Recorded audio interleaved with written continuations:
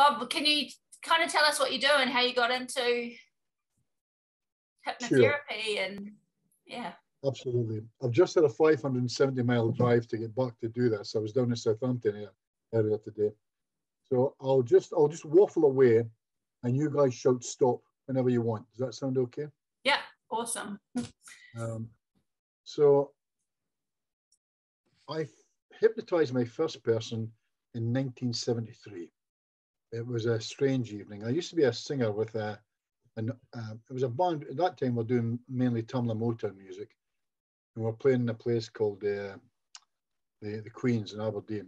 The name of the band was Cockney Haggis because half of them were from the East End of London, and the other half were Scots. So the name of the band was Cockney Haggis. We're doing R&B and blues, soul, Tamla Motown, stuff like that. And as we were lifting our gear to take it into the place, remember this is 1973. There's a female manager there, and the drummer said to her, he pointed at me and said, "Don't look into his eyes. He's an hypnotist." That's what he said. And to this day, he's still alive. I don't know why he said it. He can't remember, but he remembers saying it, yeah. So he says, "Don't look into his eyes. He's an hypnotist." And she looked at my eyes and I went, "Sleep." And I caught her head just before it hit the pavement, which terrified the band, but terrified me even more because although they never knew I was a hypnotist, neither did I. I'd never done anything like this before. So I thought, this is really interesting. I wonder what I should do with this. What I did with it, of course, is I went and had a bit of fun, learned how to do hypnosis from really good hypnotists, pure hypnotists, not therapy, just hypnosis, and started then doing stage shows. I've been in Europe doing lots of things there. Spain was a fun place at that time. But I also went and got myself, I went to university and did a social science degrees in psychology and sociology, and the two, of course, with hypnosis blended perfectly. Ended up becoming a hypnotherapist, and mainly at that time doing psychoanalysis, quite Freudian. There's a belief that if you take the person back to when it happened, that will release the cause of the effect. It's not completely true, of course, but it sounds good when hypnotherapists say it like that. A lot of the time you take people back because you're looking to make you're looking to burst that bubble, aren't you? That thing that they repressed many years ago because it was so hard for them to think of, they repressed it. The belief being in psychoanalysis that when the bubble's repressed, they remember the incident and they're immediately cured. Sounds absolutely fantastic, doesn't it? It doesn't completely work like that. And you'll have many, many disappointments. Sometimes you're just as quick hypnotizing somebody and saying you're better. And although that can work, that in itself is too fast. They probably won't be better in 2 or 3 days. So only after that you realize that it's not just a trick. You have to learn about therapy and different kinds of therapy and what you use. And I, like many others, have fallen into a particular type of therapy. I think I probably know just about anything you could tell me about. I've probably worked them all at different times. Even going back to past life regression, and I was and that was a fun time, but I mustn't get involved in that because it's too far away from therapy, I believe. My way of working is simply to when a person comes and sees me. By the way, I should say very quickly, I'm very scripted. I need to explain what I'm saying there. That does not mean that I read a script. I don't have a script. Close your eyes and I'll go deeper and deeper, and as you relax, I don't do that. And I'm not a lover of script reading. I don't read any scripts. I have some. If anybody wants some, give me a call. I'll give them to you. It won't cost you any money. So I saved them up over the years like lots of other people. I used to be terrified because I started off doing script work, to be honest, and get them to close their eyes, because if they close their eyes, I can then get my script up there. And I can tell them to go deeper and deeper. And I had a big fear. And the fear was, when you get to the bottom of a page, you have to change the page. I was terrified because I didn't want to make this noise. Yeah, I didn't want to make that noise. It's kind of a shh, makes a noise like that, does it? And I thought, if I make a noise, shh, they'll know I'm reading this shit. So what am I going to do? So I would cough when I turned the page. So I'd say, go deeper and deeper, and you'll find that I should go deeper and deeper, and end up people thinking I had the flu or something, coughing a lot and turning pages. And I realized that I wasn't a therapist. I was doing this thing But even then, I would get results because why not? They came along, and it was a kind of a placebo kind of effect where I was the placebo. If I could sell if I could enact really, really well, I could take away the pain, I could get them to stop worrying, and so on and so forth.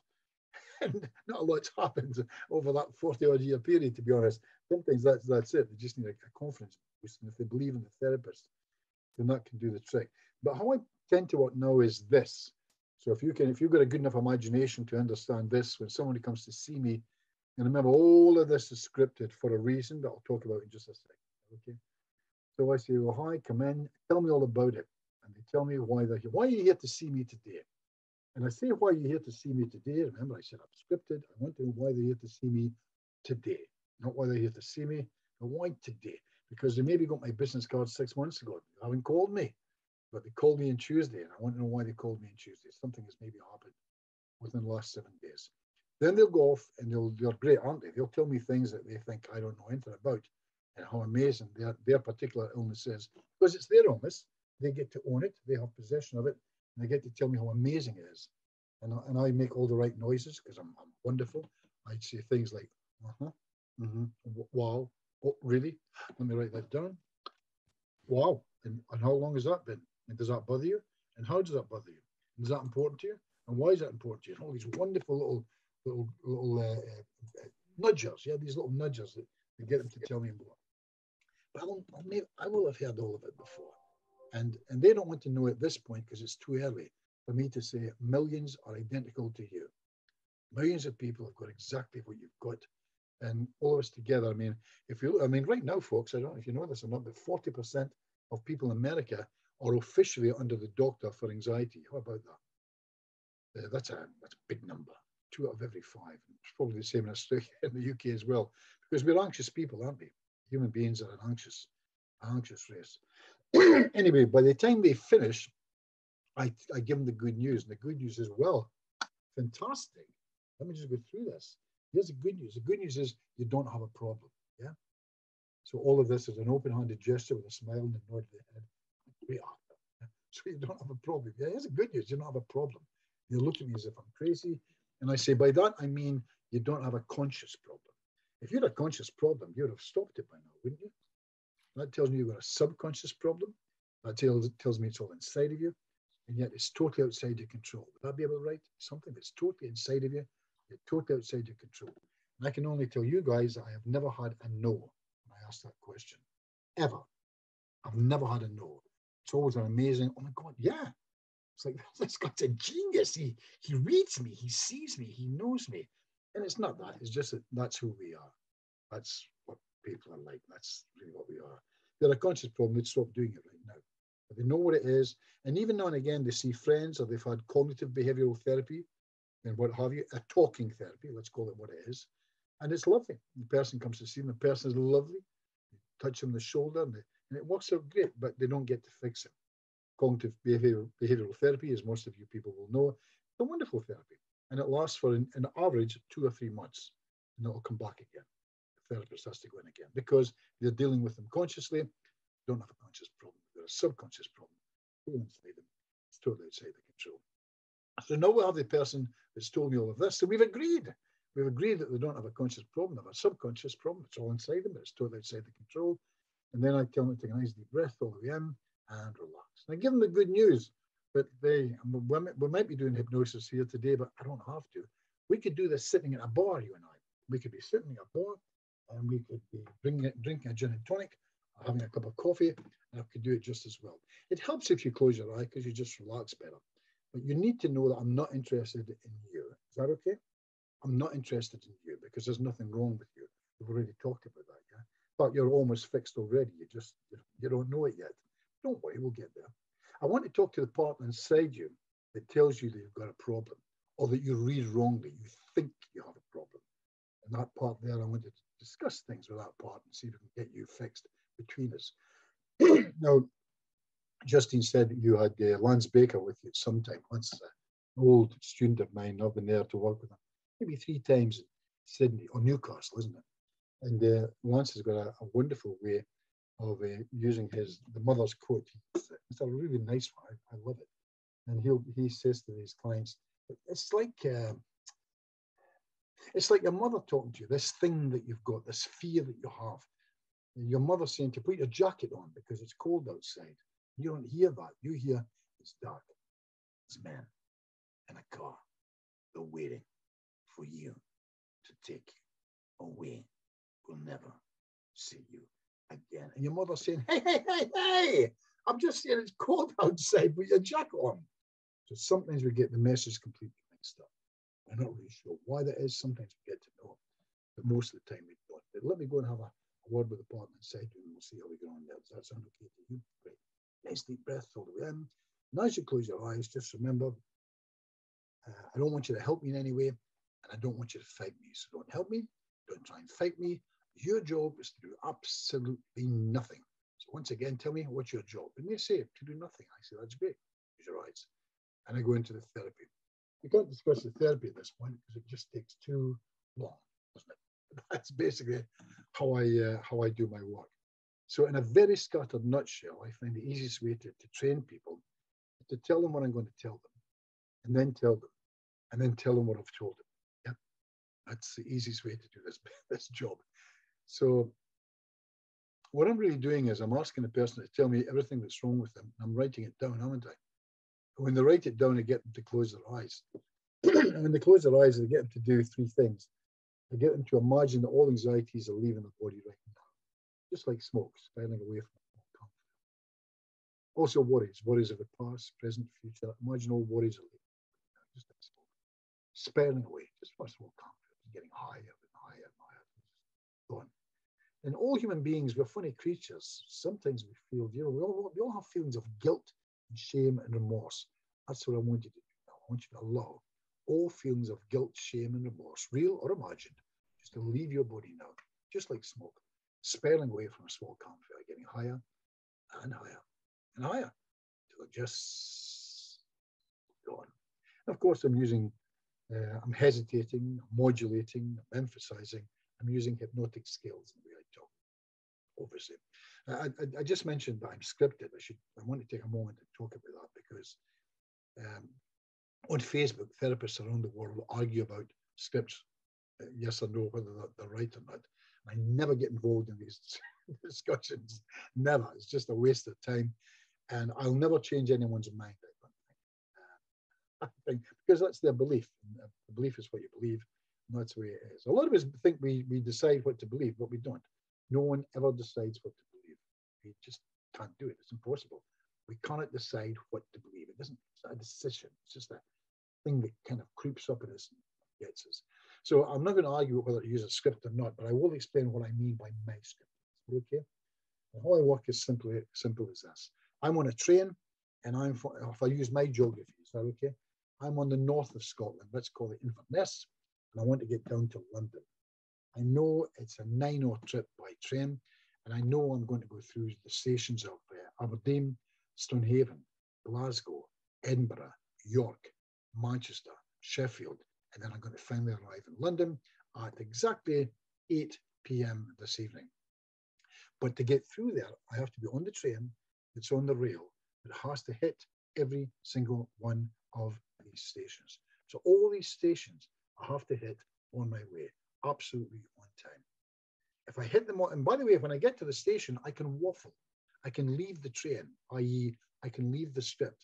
I can talk about anything I want to talk about, providing I get back onto the train that's on the railway line at exactly the right time to take me to the next station and to the next station, because then I arrive in London on time and everything gets done. That's a script. That's the script that I use. That's how I describe my scripting. I have to hit all these things. I have to talk about anxiety. I have to talk about worry. I have to talk about guilt, shame, and remorse, and I have to do it in the right way. I don't turn around and say, no, by the way, you're probably very much a guilty person, am I right? You feel a lot of guilt because they punched me. They throw me out of the room, quite rightly so. So I don't say that. I break it to them. I'll say things like, and you know, it's a funny thing, that all human beings, the world, all of us, me included, sometimes we all feel feelings of guilt and shame and remorse. We have no idea where it comes from. It's either real or it's either imagined, or it's people trying to push that stuff onto us. We embrace it sometimes. It really affects us. So if there's anything like that inside you, real or imagined, you want to get rid of it now. So I want you to let go, real or imagined, if there's anything like that inside you, just like smoke, spinning away, just going up higher and higher and higher. That's right, just like it's coming from a campfire, just getting higher and higher, simply going. So I'll use all of these skills, but I will use the script. Everything I'm talking about on the script, I will use in the script. And then a script in a nutshell, that's how I should be able to do that. Now, there isn't a vast lot of his number here, but I want to ask a question if I can. So the two people I'm looking at, Ian's, I'm sure that's not your name, Ian's, but I love it. I'm going to write it down. If I have another child, that's what I'm going to call it. Right now I have 16 grandchildren. 2 of them I like. But if we get another one, Ian's, it's going to be male or female. I don't care. I don't care. So is anybody out there got a question that they wanted to ask me before I just carry on? Are you happy with me just waffling away? And like I said, I'm fully trained in everything. That's awesome. Oh, that's very cool.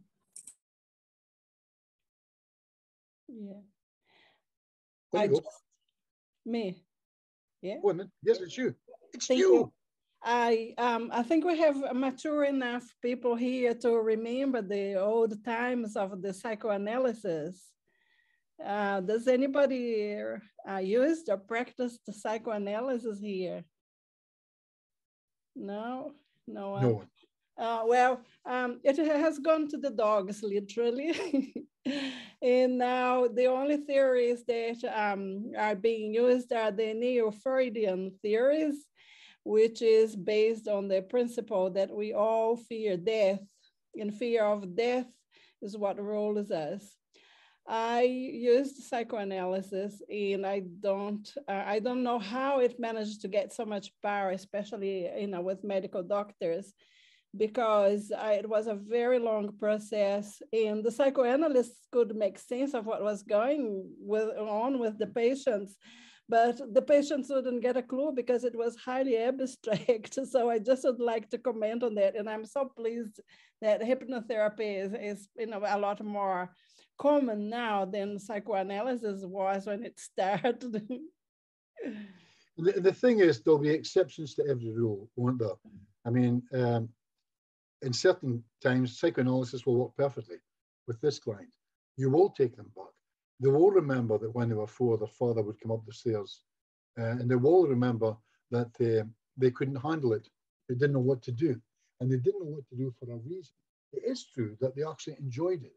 Now, it sounds like I'm going off my head here. I'm telling you that a 4-year-old child enjoyed being sexually abused by their father or Uncle Harry or so on and so forth. It wasn't that. It wasn't a sexual thing. It was a special thing that was happening, and they didn't understand it.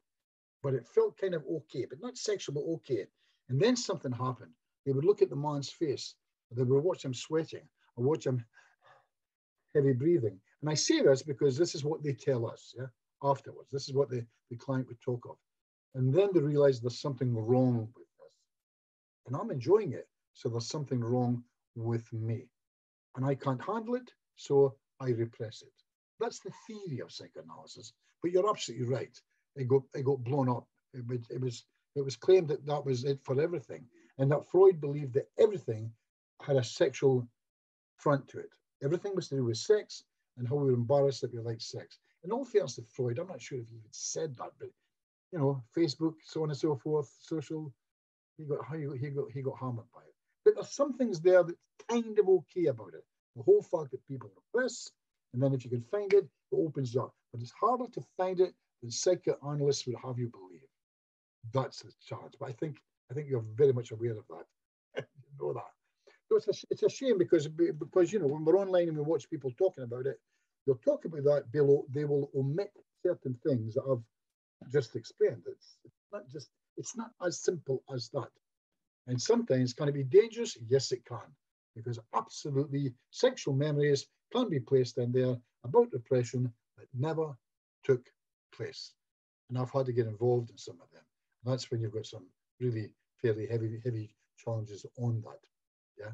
So I get involved in it, and then we go from there and try and make something else happen. But there it is. A good point.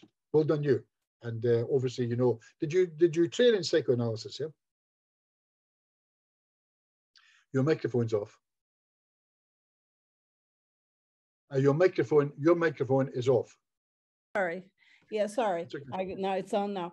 Yes, I did. Psychology in Brazil. It was a 5 years full-time training, and it was compulsory to learn psychoanalysis. And then we went to the Institute of Psychoanalysis and did another whole year. And I, you know, from the beginning, I thought it was ridiculous because I could understand the concepts really well. And the last one that I saw in the literature, like about 10 years ago, was about the internal object. And that was, and I love things that are abstract, but I really struggled passing on that information to, you know, to people who could hardly read. That was my problem. So it was Well, only... we all have the same problem. I mean, you know what? I've been training people to do this job for forever, for 4 decades. And if you can give me somebody who has good rapport, yeah, I will teach them, even psychoanalysis, I will teach them any one of the, I don't know, the 20, 30 things I know, and they'll be good. But they won't be good because of the teachings in themselves. They'll be good because they've got great rapport.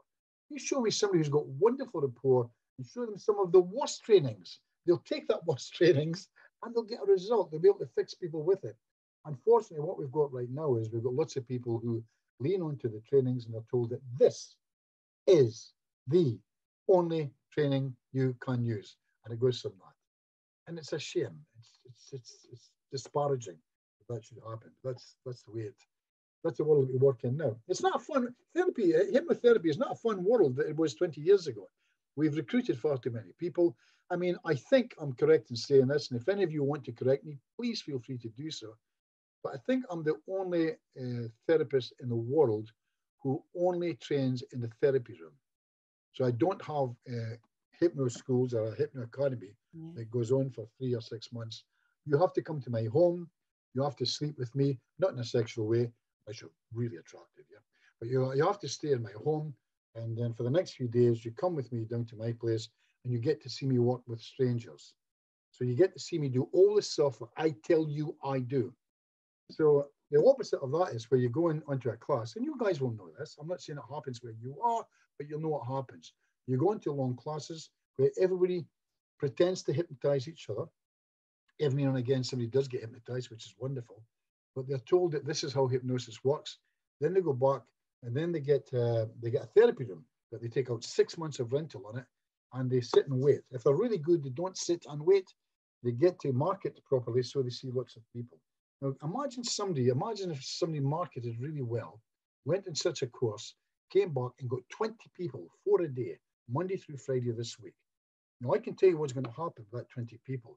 And a lot of people want to argue with me in that. But listen, if you've done stage hypnosis, you'll know this. The stage hypnotists are the best hypnotists because they're doing pure hypnosis.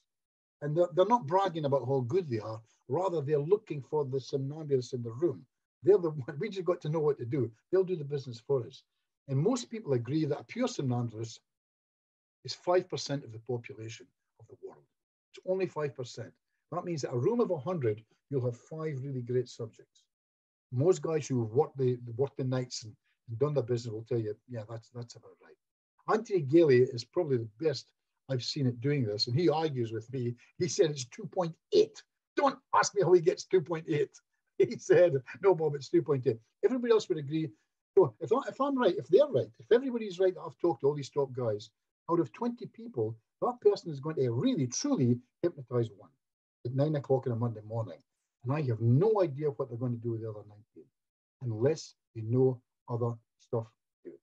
And that's most of the stuff I do. It's not done through hypnosis. And I don't mind saying that because if you listen real carefully to what I said, when we open up, when they come and see me, I say, hey, we could do this sitting down at the bar, having a gin and tonic and a cup of coffee. We don't even need to do hypnosis.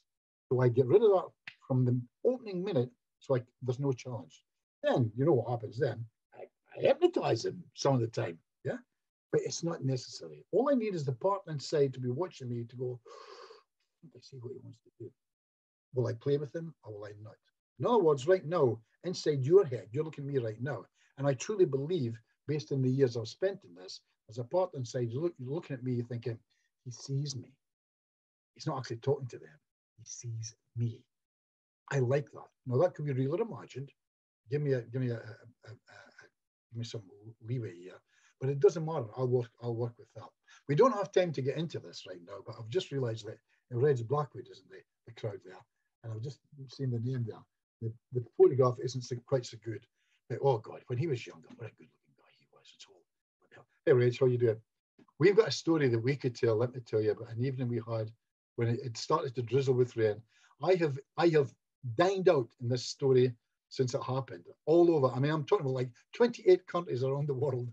Everybody knows who Reg Blackwood is. I have told that story, but we mustn't get into it. But if you get the chance to talk to Reg later, he'll tell you. And just believe him, because it'll save time. Is that okay? So that's where we are with that. But thanks for bringing that up.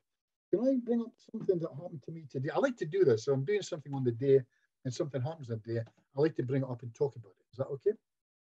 So if you can bear with me on this, and some of you will maybe argue with me on this, that's okay. I like argument, by the way. I love being heckled, and I love argument, as long as it's a good argument. I have no problems with that. I had a client come to see me today, and I work a lot with therapists. I work a lot with therapists. I think I work with more therapists than anyone else, and it's because during the worst of COVID, a couple of years ago, I offered a deal to therapists around the world. If you come and see me, although I charge £120, I'll work with other working therapists for £40. And if you can't afford it, tell me you can't afford it, and it's free. There'll be no arguments. But it's stayed on since then. So I work with a lot of therapists, and I got one today who told me that I need some help because I've got imposter syndrome, one of my favorite things. So I said, tell me about the imposter syndrome you've got. And they said, and I wrote this down, I'm looking at the paper right here.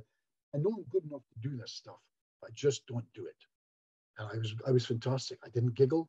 I didn't look away. I gave them complete eye contact. I was proud of me. I was very, very proud. But they were talking rubbish, of course, just complete and absolute rubbish. It's amazing how many therapists think that's what imposter syndrome is, to know that you could really kick this into, but you just don't do it. And they call that imposter syndrome. I always tell them the truth. Here's the good news. You don't have imposter syndrome. You're just not good enough. And there's that horrendous 10, 15-second period right there, where they have to look at me and I have to look at them. Then I'll chuckle, and sometimes they'll chuckle with me. But that's probably it. Or at least they don't think they're good enough. The opening part isn't true. I know I'm good at it. That's not true. That's the lie that they live with. But I just don't do it. See, imposter syndrome, what imposter syndrome is when someone is,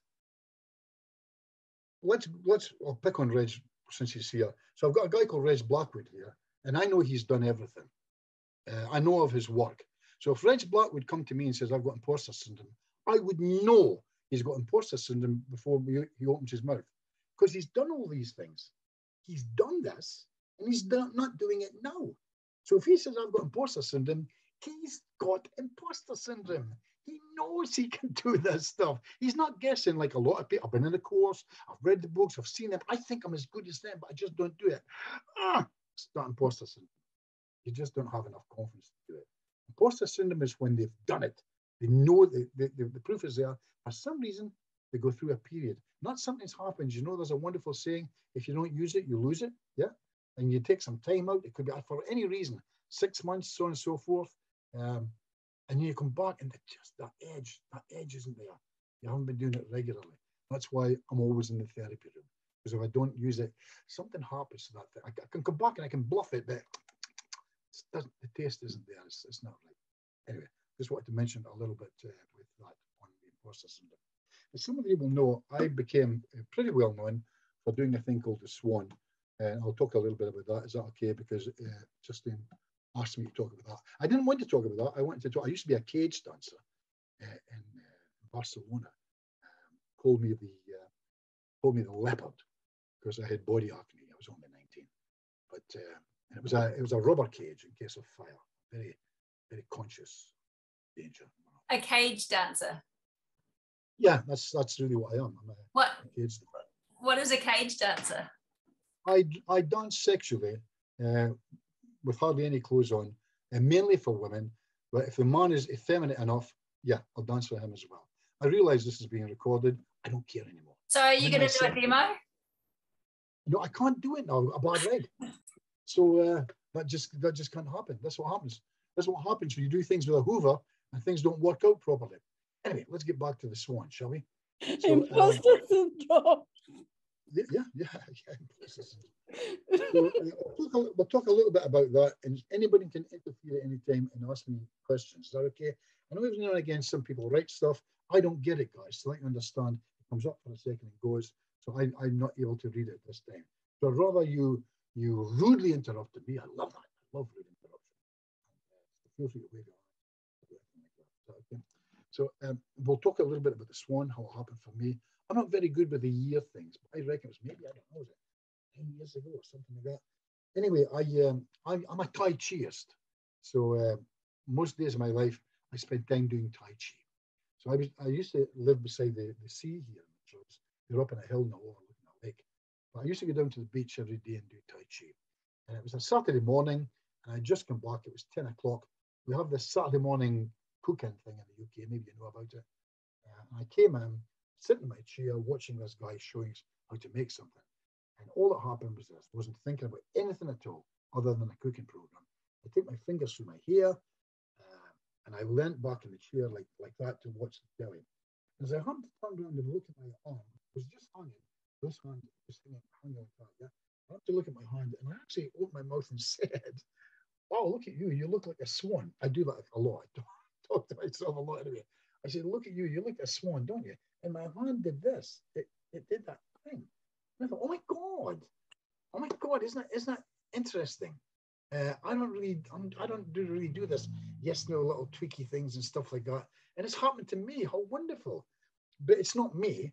It's just a little part inside me that's thinking it, and it's moving my hand like that. An idiomotor response. So then I says, "Could you try and do that again?" And my hand moved again. And I thought, this is just ridiculous. And then I says, "Can you do anything else?" And my hand still moved. And I says, could you turn and look at me? And my hand and my arm turned around to look at me. And then it was a little bit eerie now, yeah?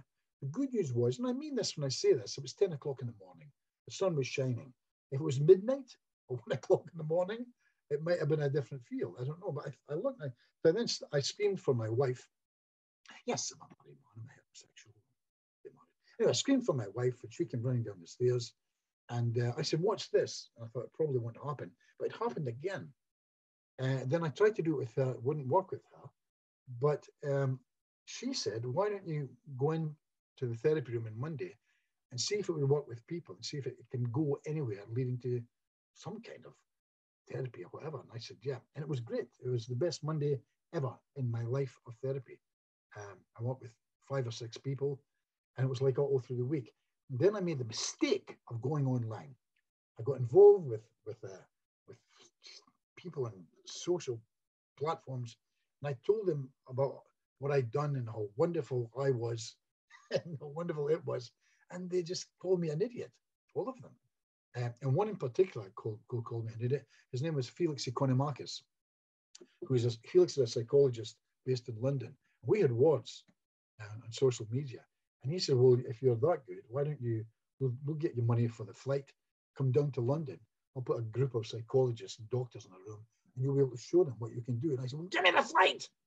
And of course, he got me the flight, which was quite frightening. I didn't think he would. I think he would chicken out, but he booked me to do the thing. We went down, and it was a Saturday morning. I sat with him in the room doing this, thinking, this is just not good, just not good at all. But as we went into it, and it turned, I think apart from 2, all of them waved and turned with me. And then the laughing started, and then the screaming. And it was just a great session. What they never knew was it was my first ever truly swan session with a group of people. And it just got better and better. Somebody filmed me during the coffee break doing something with someone, and they put it on the internet. And it wasn't good. It was with a guy called Philippe Miras. Philippe is based in France. He teaches the swan to lots of people there, mainly a lot of dentists as well, mainly a lot of therapists over there. So, but it wasn't great. It was very slow. But I think that's what was good about it. If it was one of these perfect ones, turning like that and everything, They might have thought it was an art, if that makes sense. But they saw this and they thought, this is real. And then people said, asked for more stuff. I didn't have anything. So I went and spent exactly £1,000 to get someone to film me taking 4 strangers from the Swan. Put it out there. And I'm down £1,000. And my wife said, I wonder how long it'll take us to get the £1,000 back. And I said, well, 6 months, I don't know, 6 months, a year. And we got it back by Thursday. It just exploded. It just absolutely exploded. We're driving trucks down to the post office to send them off. And in no time at all, it has been purchased in 85 countries around the world. And what happened after that was I started getting invited. So my last, just prior to COVID, maybe for 6 years in the trot, I spent a lot of my life every month being somewhere in some country teaching the Swan. Most of the time it would be in Europe, so I get to come back to my therapy room. But a lot of the time it would be long haul. Certainly Brazil, a couple of different cities in Brazil. I've done it all over America, Canada, Japan, Australia, and New Zealand a couple of times as well. In fact, the guy who gave me a hard time, Felix Economakis, became a wonderful friend of mine. And I took him with me to Melbourne 2 years ago to do his thing. He's a wonderful, wonderful therapist and a great psychologist. In fact, there's a thing of him online. If you look at, I think it's called Felix and the Cat. It's on YouTube. And when Felix came up to stay with me for a couple of days, he walked into my home and he came out immediately. Some of you will know about this. It happens. He came out in blotches, yeah? He got that foam thing in his mouth, and I thought, this man's going to die here. And he said to me, you don't have a cat, do you? Yeah, we have a cat. You think he would have asked that? We live in the country just outside town. Why would I not have a cat or a dog? And so I took him out of my home immediately. We went to my therapy rooms and we did some work. We did some work in Felix. He's a beautiful spawner, one of the best I've known. And Bart says, yes. And I said, do you think you could fix this thing? And Bart said, yeah, okay. I said, could you fix it now? Bart says, yes. I said, but fix it right now. Because he'd had this since he was, I believe I'm right in saying 7 or 9 years old. Bart said, yeah, sure. We tried to do the direct voice with him, which was very funny. We both ended up laughing because Felix makes this kind of noise when he's doing the right voice. But he doesn't speak. He came back to my home. Felix, huge cojones, said to me, go and get the cat. And my wife says, we can't let the cat near him. He can't even stay here tonight. We'll have to put him somewhere else. We gave him the cat and he started clapping the cat. The cat slept with Felix for a couple of nights. They were great buddies together. And he just got fixed like that. Now, I'm sure people must look at that online and think, I just can't be true. It just can't be true. But the great thing about my work with this one is that most of my stuff, it's not about me telling you how wonderful I am, how wonderful my stuff is. It's about the people around the world in these 85 countries, the right things, and pass it on. Most people who know about the Swan, they didn't, if you're here now, there's every chance you never got it from me. You got it from somebody else who uses it. The thing I have on my phone right now is from Stefan Sageman, and he gave me this just 3 minutes before we came on, and it says right there, hey Bob, it's Stefan from New Zealand. Unfortunately, I've got a client today at 9. I just want to pass on the love and let you know that I'm still using the Swan for every single client. So I hope that's much there. But that says thank you just before I came on. So like I said, he used it for every single client. And I get lots of these every day.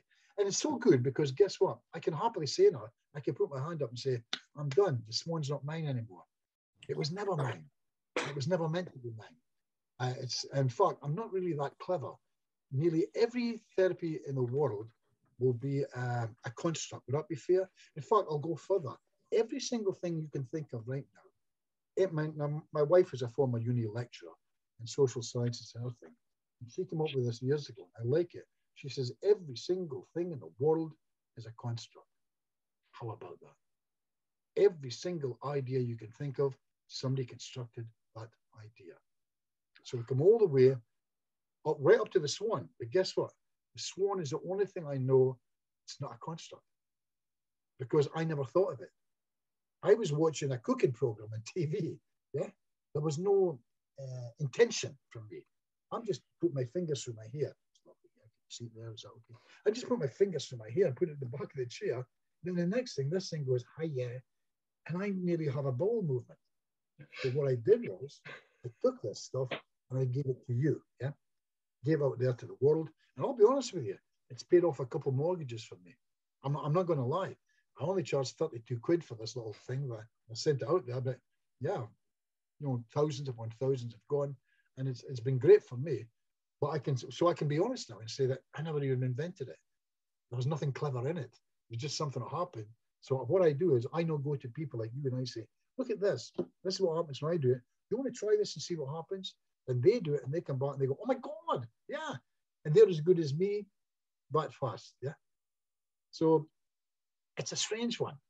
It's a strange one where I don't quite get the credit. Well, I don't get the credit. I shouldn't get the credit. It's a thing. It's just a thing. It's probably always been there. I'm pretty sure that I never even found it. Surely before I found it, it must have happened somewhere else. And they call it the claw, or the bird, or the hoop, or something. It just can't be right that it came to me for the first time. But there it is. It's the swan. I use it. So when I'm working with other people now, many times my opening will be this. If it's something at a party, somebody wants to come and talk to me and ask for help, and we get into a small room because they've heard of me, they ask for something, this is the line that I always use if you're ready for this. So we start talking, I say, yeah, I do some kind of stuff. So you want to try something? They say yes, and it goes like this. Are you right-handed or left-handed? Okay, I want you to put your left hand like that. Can you do that with me? That's it. Remember what I said when I said I'm scripted? You better believe that's a script. Everything I use is scripted. That way, I can't make a mistake. And you'll know everything I say, and it'll be right. And if you come back to me 2 years, 5 years' time and say, you said this, I'll know whether I said that or not. Because in therapy, I know exactly how I do a first session. So if you say to me, I went off and I was talking about that, you think it's somebody else. That's not what I say. Or if you say, oh, you never said this, I'll go, I said that. I always say that. Because guess what? I know that after 187, it's 188. And I'm scripted through thousands of things, yeah? So that's who I am. So if somebody sees me at a party or whatever, I'll say, so let me ask you, are you right-handed or left-handed? Okay, put your left hand like that. And I always say put your left hand like that because my right hand's like that and they're mirroring me. Does that make sense? They're not across the way. I don't like going like that. When they have to go like that, that means the swan's going out the way.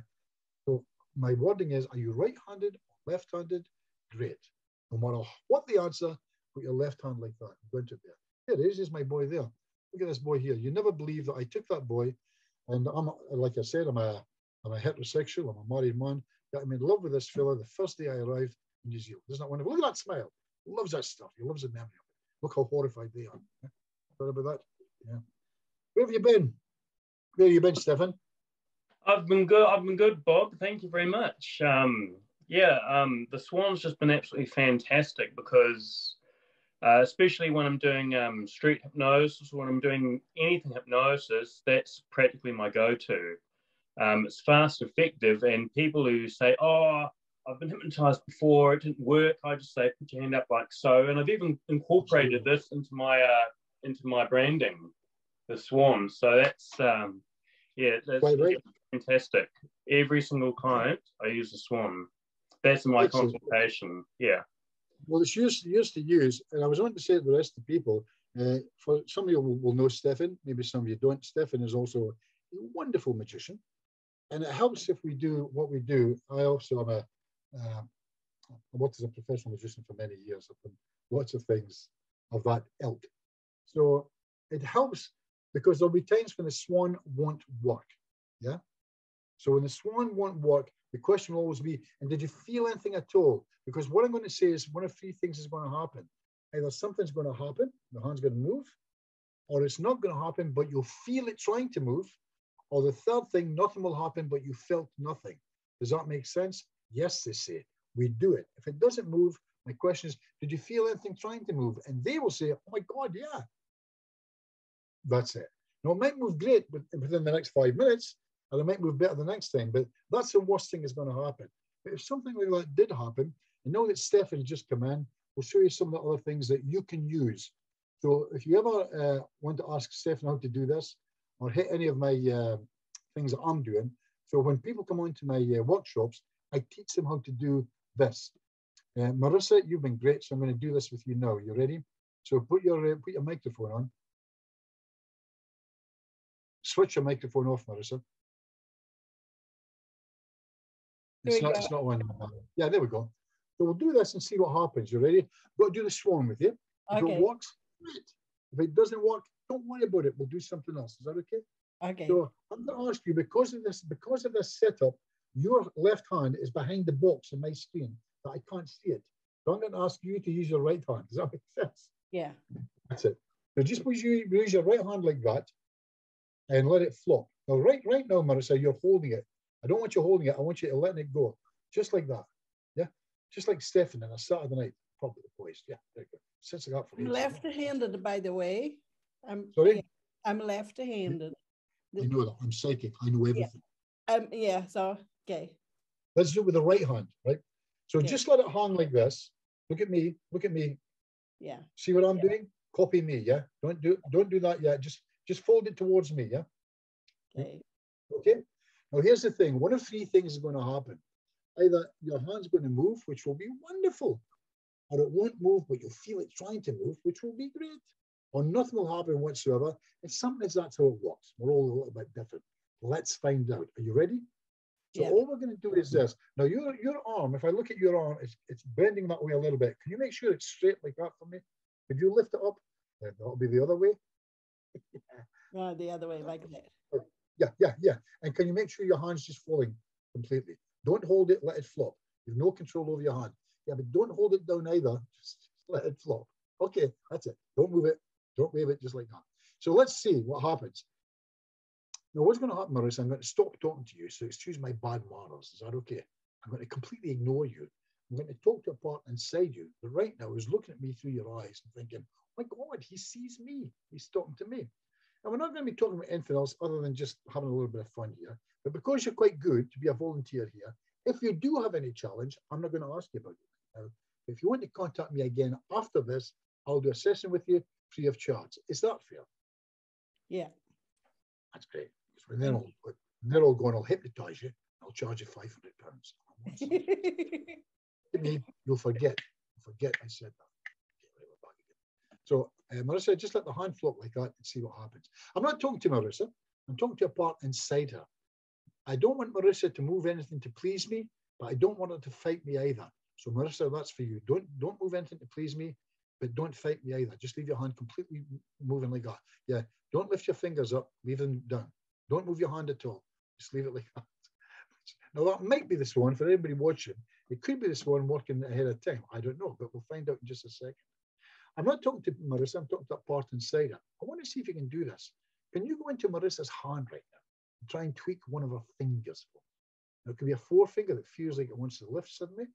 It could be a small finger that feels like it wants to come up. It could be a thumb, I've no idea. You just try and do that for me now and see what happens. That's right. And could you lift that finger a little bit higher? Thank you very much. Take it back down again. Now, Marissa, I need to talk to you now.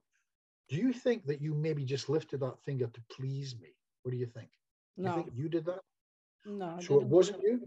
No. Okay. So if you watch what I did there, I always ask just in case. So let's try something else. Same part I'm talking to inside, Marissa. Could you move a different finger? Go to a different finger and see if you can move that one for me. Try and do that for me right now. No, Marissa, you're giving me the finger. It's not done in the United Kingdom, it doesn't happen. Okay, we'll watch it back. Now, the same part I'm talking to now, can you take a hold of Marissa's whole hand, just allow her fingers to relax again. And can you take that fingers on that hand and turn it round towards her face like this? Try and do that for me now and see if you can do that. That's right, all the way around. Excellent. And now that you've done that, is it possible that you could say hello to Marissa by just giving her a little wave? Just give her a little wave and say hello. How does that feel, Marissa? It feels heavy. I felt that what I'm feeling in my hand, I felt that when Justin hypnotized me and put me into the Eastdale estate, that's how I felt my process. Look out for Justine, for she put shit in your coffee before the thing Listen, I know how that lady works. Keep away from there now. Look at me. Away. So what I want you to do now, just for a bit of fun, Marissa, just for me, I want you to fight it now. Remember I told you not to fight it? I want you to fight it this time. I want you to fight as hard as you can and keep your hand like that, okay? Yeah, that's right. Hold it like that. The part inside, Marissa, I'm talking to you now. I've asked Marissa to hold the hand to see what happens. I want to see, can you still take a hold of her hand, all of Marissa's hand, and her arm, and turn it all the way back around towards me, please? Marissa, are you fighting that, yeah? I don't know what I'm doing. Well, that's what happens. So let's try one more thing just to see what happens now. I'm talking to the part inside, Marissa. Can you show me how you would say yes to me? What would be a yes finger if you were going to say yes to me? Which finger of hers would you lift? Okay, we have a yes. Now put it down again, please, and show me how you would say no to me. What would you move for no? Small finger for no. And if I was to ask you a question and you didn't know or you weren't sure, what would you move for that? Show me what you move for that.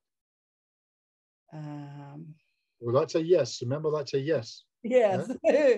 So what would you move? What would you move if you didn't know? Go back to the finger again. Okay. Okay. Ring finger. We're fine. Yeah. All I'm asking is this. All I'm asking is this. That finger. That's okay. All I'm asking is this. Put the hand down again for me.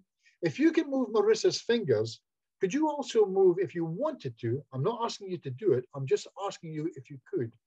Do you think you could move Marissa's voice box? If you wanted to, just give me a yes or no with the fingers. If you wanted to, do you think you could speak to me if you wanted to? What do you think? Okay, put that finger back down again. It's just friends here. We're just talking. So all I want to do is this. Marissa, I want you to be very quiet, okay? Don't say a word. Don't speak at all.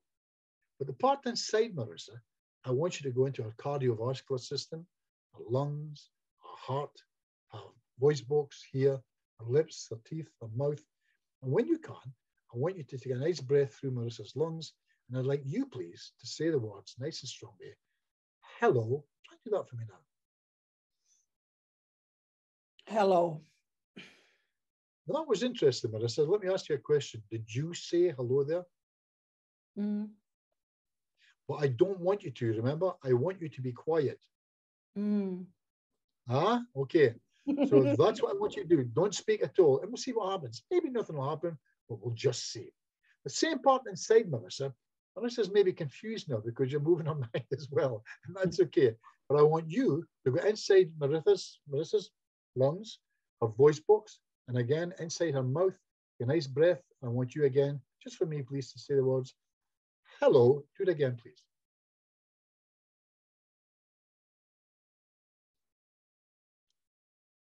That's right.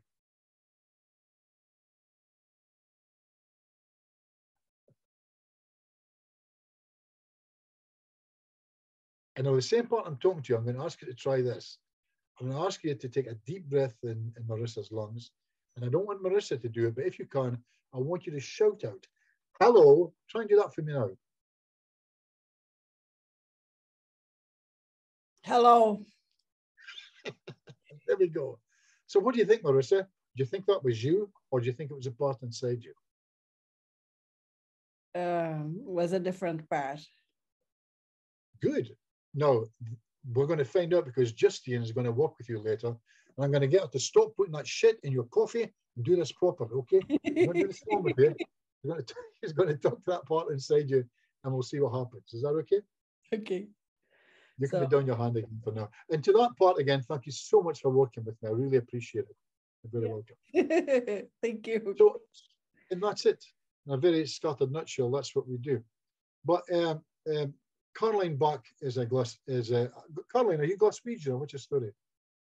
Take your mic on, darling. Yeah, well, I'm certainly not English, Bob. That's for sure. No, you're not. No, you're not. You've got that. No, I'm an East Coast girl. I'm an East Coast girl. I'm from Edinburgh. Okay, I love Edinburgh. It's one of my favourite cities in the world. It is. It's beautiful. Who could love Edinburgh? So what I'd like to do with you before we call it a day, Caroline, I'd like to show what happens when the swan doesn't work at all, because we've got to have something ready. Stefan will already know about this, and I'd like to try it with you. Is that okay? That's fine. Go for gold. Let's see what happens. You can stay exactly where you are. Everything's fine. So what I say to people sometimes, they'll say, just a matter of interest, I just want to find out how you work. And I want to find out, have you ever heard of neuro-linguistic programming? Have you ever heard of that? Yeah. Do you know how it works? It's very like hypnotherapy.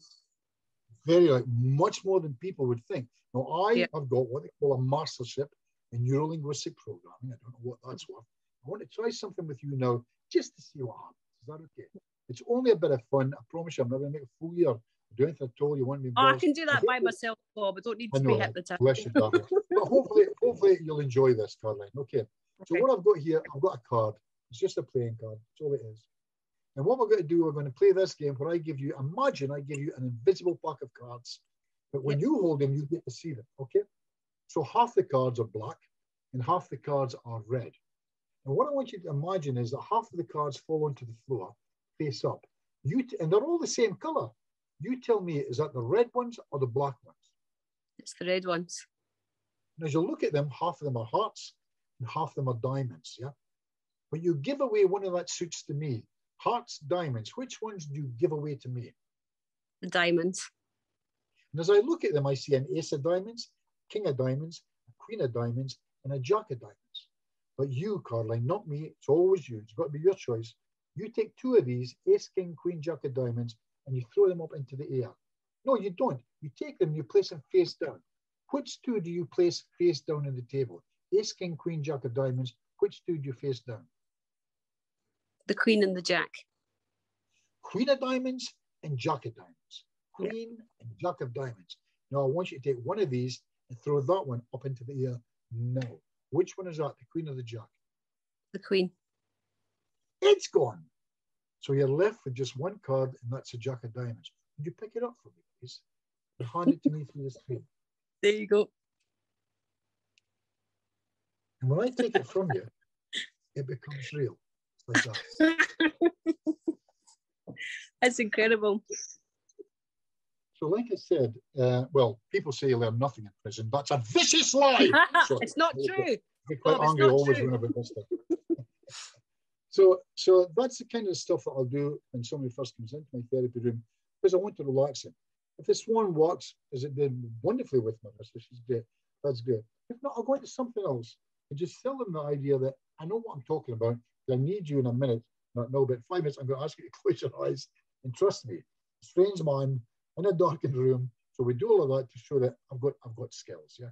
After that, we do the things that I just said. I ask him what the story is. I go and talk to that wonderful part that said, hello. And I say, can you do that? And he goes, yes, I can. Will you do it now? I'll do it now. 1, 2, wide awake. Go home tonight. Give me a call tomorrow. Tell me how you feel. Hopefully the call comes in. And I'm going to believe this. I went to a party last night. Talked to people and stop all night. I didn't feel any anxiety. Felt fantastic. Stayed up drinking until 2 o'clock in the morning when I got home. It seems to have worked. And it won't, of course. I'm going to tell them we probably need a couple more sessions. I want to talk to that part again. See where we go. I always go for a fast result. Everything happens in a moment, doesn't it? Imagine that. Imagine I had somebody for 16 sessions, 16 one-hour sessions, and I fix them. But they'll get fixed in a moment at some point. I often say to them, why can it not be now? Is it okay with you if I try and fix you now? Instead of coming back for 3 months? But if you like it, and if you like the work I do, I've got lots of people that have been coming to see me for years. There's nothing wrong with them. They just enjoy the session. Yeah. So if you want to come back again for another session, I'll talk to you, but let's try and get a result now and see if we can do something remarkable. So in a very scattered nutshell, Justine Ledé, that's what I do for a living. Is that okay? That was absolutely awesomely amazing. That was so cool. That was very, very cool. Thank you so much. No, he needs to teach us that card trick. I love that stuff. It's brilliant.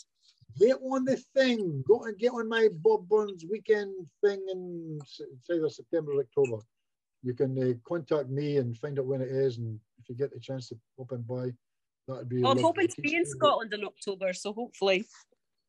Oh, you can go. Yeah. I know. Depends on when it is. Even better. And we'll find out if you can kiss anything as well as Stefan. As I tell you, it's hard going to beat that boy. Oh yeah. I don't think there's much chance of that. Does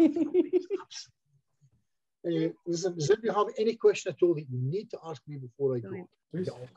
Bob, I just wonder before you go, if you could help me get rid of that image of you in a green Borat suit gyrating in a cage out of my mind. It's not going to happen, Kerry.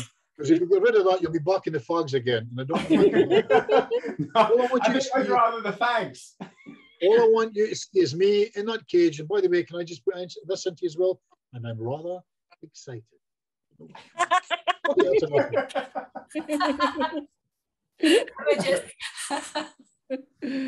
Brilliant. That's awesome. Okay.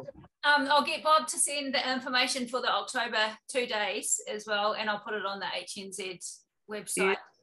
And I also put I'll take a note and I'll do that tomorrow for you. Okay, guys, awesome. just in case someone's interested. But at any time, feel free to contact me anytime. You're very, very welcome. Feel free to join Bob Burns Therapy. It's free, and you're never asked to do anything at any time. But keep in touch, all of you. Oh, Thank you. I've got these two that came out this year. That's Bob Burns. That's what the swan's all about. Real or imagined. We've got this little one that does things. You go to my website, bobburns.com, Bob Burns Therapy. You can see what it's all about. Okay. Beautiful. Thanks, Bob. Thank you so much. Take care, you lovely people. Much love.